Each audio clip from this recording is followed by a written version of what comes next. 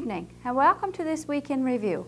Tonight's stories include... I think that that is one stock. Is that your opinion as well? Well, Bonnie loves to run. These stories plus community events, the BBS Playbill, Off the Rack and more coming up after this.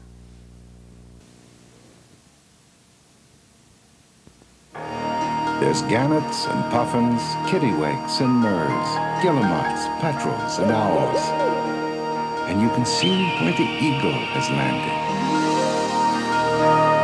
Imagine that. On Wednesday of this week, Earl McCurdy and Reg Anstey were in town to meet with a variety of groups, including the local union. We had an opportunity to speak with Mr. McCurdy. We have with us now Mr. Earl McCurdy, President of the FFAW. Welcome to Burgeo, Mr. McCurdy. thank you. And what was the purpose of your visit to our town today? I understand you've had several meetings with the fishermen and the plant workers. Briefly, what was your meeting about with the fishermen? Well, the initial meeting was set up with the plant workers at their request for discussion of the difficult circumstances involving the plant, and then when the fishermen heard I was in, I had requests for a couple of meetings to deal with some of the issues that are important for them. So we sort of killed two birds with one stone, covered off both groups in the same trip. Okay, so what were some of the issues that the fish harvesters brought Well, I guess the single biggest one on their mind was the delay in getting the cod fishery opened, and they're anxious to get that done as soon as possible. There's a vote currently underway, and I gather from talking to a few of them this afternoon, the ballots arrived today on whether or not there be an IQ, an individual quota system. And as soon as that's finished, I think the deadline is May 5th, then I would hope we'd do everything we can to try and get DFO to get the fishery open as soon as possible thereafter. Okay, and what were some of the major concerns put to you this afternoon by the plant workers? Well, the plant situation is a real tough one. I mean, I came in and just filled people in on the impact of the scientific advice on the snow crab resource, which was unfortunately very grim news for really everyone involved in the crab fishery, and was a real spanner in the works in terms of the proposal that was underway to try and build a crab fishery here. So we went through and updated that, and certainly pledged the cooperation of the union with to continue to work with the local executive of the union, the town council, the local action committee, the federal and provincial governments, and so on, and the operator of the plant to try and find a solution here. It's been very difficult to get something worked out. We had a lot of hopes. We put a lot of effort into the crab project. We really initiated the idea and pursued it and pushed it, but it was really tied to surplus crab being available. And when that fell through because of the quota cuts, that was no question. That was a very bad bit of news. Some residents in Burgeo feel that the cuts in the crab quota was purely political. Would you care to comment on that? Well, I guess it's always debatable what the level of quota cut should be. I knew when I saw the scientific advice, and in fact I brought it up at the forum here a month ago, that the scientific advice, once it came out, that was bad news, because it's certainly, the advice to the scientists is that the stock is in decline, and that there needs to be significant reduction in quota. Whether or not where those quota cuts were applied is very controversial. I met with people yesterday in small boats in close to land who felt that was political, that they were cut back, and I suppose eventually any quota decisions are political in the sense that it's a politician who makes them. I think no matter who was the minister, faced with that scientific advice, we would have ended up with quota cuts, and the only question would have been what extent. Okay. And so it was a tough situation once that scientific advice came out. It puts the minister in an awful box. Some residents and some of your union members feel that you have been looking after the majority rather than the minority, meaning we on the south coast in the minority and the northeast coast is the majority. Did you comment to that effect to your membership today? Yeah, and what I explained was that, I mean, we haven't, there's some kind of understanding around that we've gone around supported the northeast coast to the detriment of the south coast, and that's not the case. Crab is available for sale all over the province as we speak. And any operator, including the operators of the plant here in Burgeo, are free to buy crab and take it to their plants for processing. For example, in the case of FPI, they used to have one crab plant in Bonavista. a couple of years ago. They got a second license in Triton, and then they now, instead of processing all their purchases in one plant, they spread them out over 2 plants. And the operators of the plant here are certainly free to do so, and we've said or done nothing that would interfere in any way, shape or form with that. On the issue of targeting a special quota for the South Coast, that's never been done before in any area, and there's a lot of our members in different areas don't agree with that approach. However, if we felt that it might be something that we could successfully get done in the context of increasing quotas. But to bring that in at a time when quotas were going down it would be extremely difficult. And in fact, the only area where we approved a special program to get to target crab was for the South Coast last fall, although there are other areas that have tried to get the same thing. So no, we haven't, in no way we favored the Northeast Coast over the South Coast. The problem is that the operators on the Northeast Coast are buying competitively on the wharf and taking the crab to some plants. Some plants haven't operated. There was, I think, 8 inactive plants last year. What about the fact now that when the scientists did the cuts in the crab quota, that the inshore and the offshore area was kind of lumped into one? They think that that is one stock. Is that your opinion as well? Well, I mean, I don't know. I'm not an expert in that area, but actually the area where it was in the offshore areas that the trawl survey was conducted, which gave rise to the alarm bells being sounded by the scientists. So their advice is that there's not a good recruitment of young crab coming in to support the fishery next year, the year after, and that if we don't curtail the harvest now, that we won't have anything to operate with in 1 or 2 years' time. So I don't know whether they're right or not. I sincerely hope they're wrong, and that we see those quotas go back up another year. But you know, certainly when I saw the advice, I knew it was inevitable that the minister would bring about a significant reduction. Some say that the scientists are covering their own behinds with the fact that they're cutting the quotas. If we spoke to the operators of the boats that were bringing in crab last year, they said there was millions of them out there, and now the scientists are saying there's not. Who do you believe? Well, I guess the problem is that they're measuring 2 different things. The fishermen are measuring the abundance of legal-sized crab presently out there, and there's no question there's a significant abundance. The scientists measure not only that, but also they measure the crab that haven't quite grown enough to be big enough to harvest, but will enter the fishery in the next couple of years. And what they're saying, or over the next several years, and what they're saying is that the sign of recruitment or of young crab coming into the fishery is down considerably over where it was, and if we don't cut back on the fishing level, we'll deplete the stocks. Now, I don't know if they're right or not, but it's, you know, you ignore that kind of advice at your peril, and the minister obviously felt that warranted a significant cut. So today at your union meeting, did you come up with any solid plan of action to get our Burgeo plant open?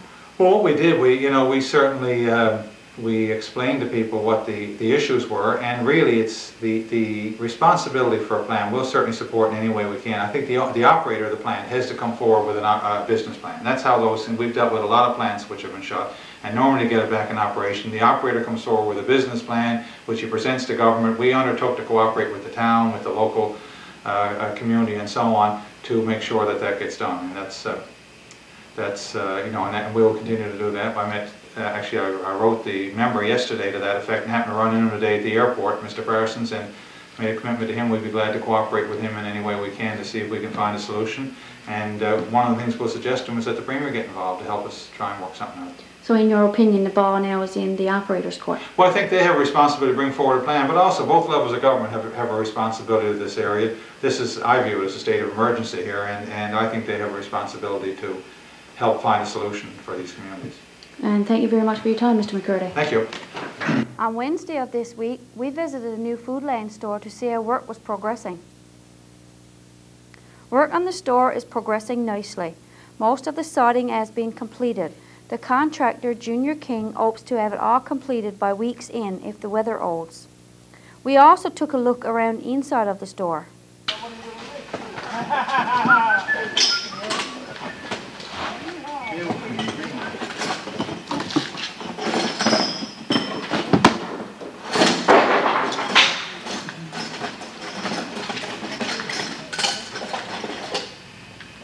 What do we need now?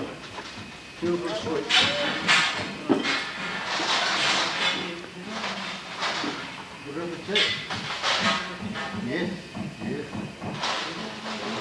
were the original, huh? The original brick. Original, yeah. What we need is the cold make enough to place. Well, wait, no, what are their numbers now? Maybe we'll do some more games.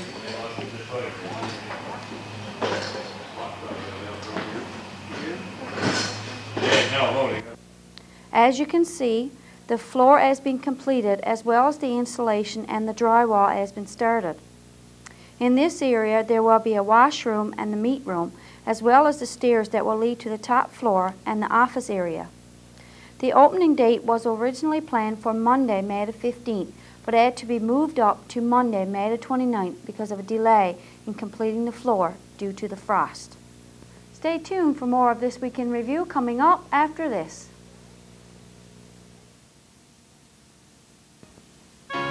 It's a land with over 10,000 miles of coastline, thousands of inlets, coves, guts, and bays. A land that lives by the sea.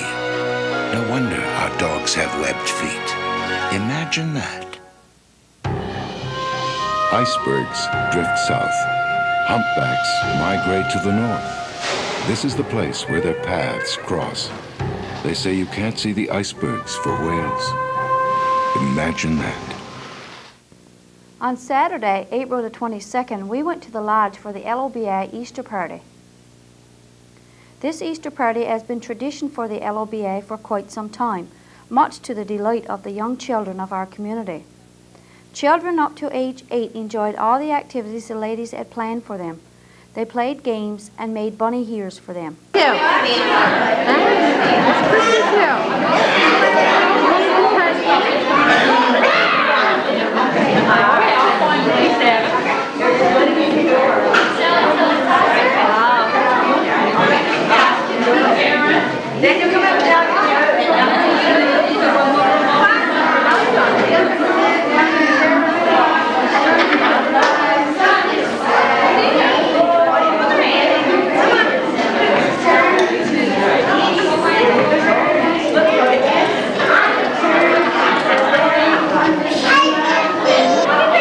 They gave out door prizes. This young man was the big winner, having won 2 of the 3 prizes, and this young lady was quite happy with her prize. To finish the evening, the LOBA served the children lunch. On Tuesday of this week, we attended another Easter party, this time at the Calder Healthcare Center. A large group of children gathered for the fun and activities planned for the afternoon. Things got underway with face painting. Next on the list was reading time. The volunteers took turns reading Easter and spring stories to the children. It seems that the parachute game was the favorite with the children and the volunteers. Crafts are always a great hit with children, and the crowd had great fun making an Easter basket, which later was filled with eggs they found lying around. The Easter Bunny gave out treats to everyone and helped with the craft. The residents enjoyed the visit from the Easter Bunny as well. The afternoon concluded with a lunch. Stay with us for Off the Rat, the community events, and the BBS Playbill, all after this. In a scene from prehistory, still fjords run deep, hemmed in by giant granite walls, carved by volcanoes, tectonic upheaval, 20 times as old as the Rockies. Our park. Imagine that. Houses of yellow, lime, aqua, and blue. And the world's most friendly folk. As proud to show their true colors as the street they call Jelly Bean Road. Imagine that. Off the Rack. This week as we scanned our tape rack, we came across a tape of rock climbing at Francois. Let's take a look. It doesn't work as predictably as you'd think. I mean, someone hears about someone who went sailing by a cliff, and next thing you know, there's a video being produced or a movie. But it's interesting how it's really been an evolving process. I mean, I think we described how it started up, and it hasn't ended the way that we thought because it hasn't ended. We're going back to get more footage because we've decided it really requires even expanding what we've. Well, it's already expanded from a rock climbing film to sort of a film about what I like to think of it as a film about people facing challenges. And the one hand, we have the team of rock climbers, and in fact the second trip I don't think we mentioned is 8 rock climbers, which is a fairly large expedition, meeting the challenge of climbing this cliff that's called Blow Me Down. And on the other hand, we have this town that we discovered is facing its own challenge, which is how do they move into the future and maintain their community. There wasn't anybody there who I spoke to who wanted to leave that town. In fact, they hardly ever do leave the town. When you ask them, you know, how far have you been, none of them have been much further than Halifax, and they don't know, you know, they all, almost to a person, said, why would I want to go anywhere? And I think a lot of us feel the same way. Good evening and welcome to the community events segment of tonight's broadcast. I'm Jennifer Marks. The winner of the preschool TV bingo was Josephine Bellard. Congratulations. The Men's Softball League will host the next scheduled TV bingo on Wednesday, May 3rd at 7 p.m. Cards are $1 each or 6 for $5 and are available from any member of the Men's Softball League and are in most stores around home. Please support the Softball League and play TV bingo. The RCMP will be selling Torch Run t-shirts again this year in sizes extra and extra extra large. They are black and cost $12. All proceeds go towards the Special Olympics. Please support this worthy cause. The Walk for Mom in aid of the Canadian Cancer Society will be held on Sunday, May 14th. Anyone that would like to have a pledge sheet can pick one up from Marjorie Mead at 886-2006. T-shirts will be available for $12 or free to anyone raising $100 in pledges. There will be refreshments and prizes at the community center after the walk for all those who are involved. Walk in memory of or honor of a family member or a friend. If your group or organization has an upcoming event plan, we will be happy to advertise it for you. Just call the BBS office by Wednesdays of each week to have items included in this portion of our broadcast. That concludes the community events segment of tonight's broadcast. See you next week. BBS Playbill. Tune in on Tuesday for a rebroadcast of Pansy's Garden. Try your luck on Wednesday by playing Men's Softball League TV Bingo. Following the bingo, we will have the St. John's Central High School players with the Diary of Anne Frank. Tune in on Thursday when we'll have a boating safety video from the Ground Search and Rescue entitled Cruise the Knit. Join Pansy and the gang for 2 stories, a craft, lots of fun on Saturday morning at 11 a.m. on Pansy's Garden. Next Sunday at 6:30 p.m. we will have another worship service from the Anglican Church. And I'll be here again next week with This Week in Review. For This Week in Review, I'm Marie Rose. Good night.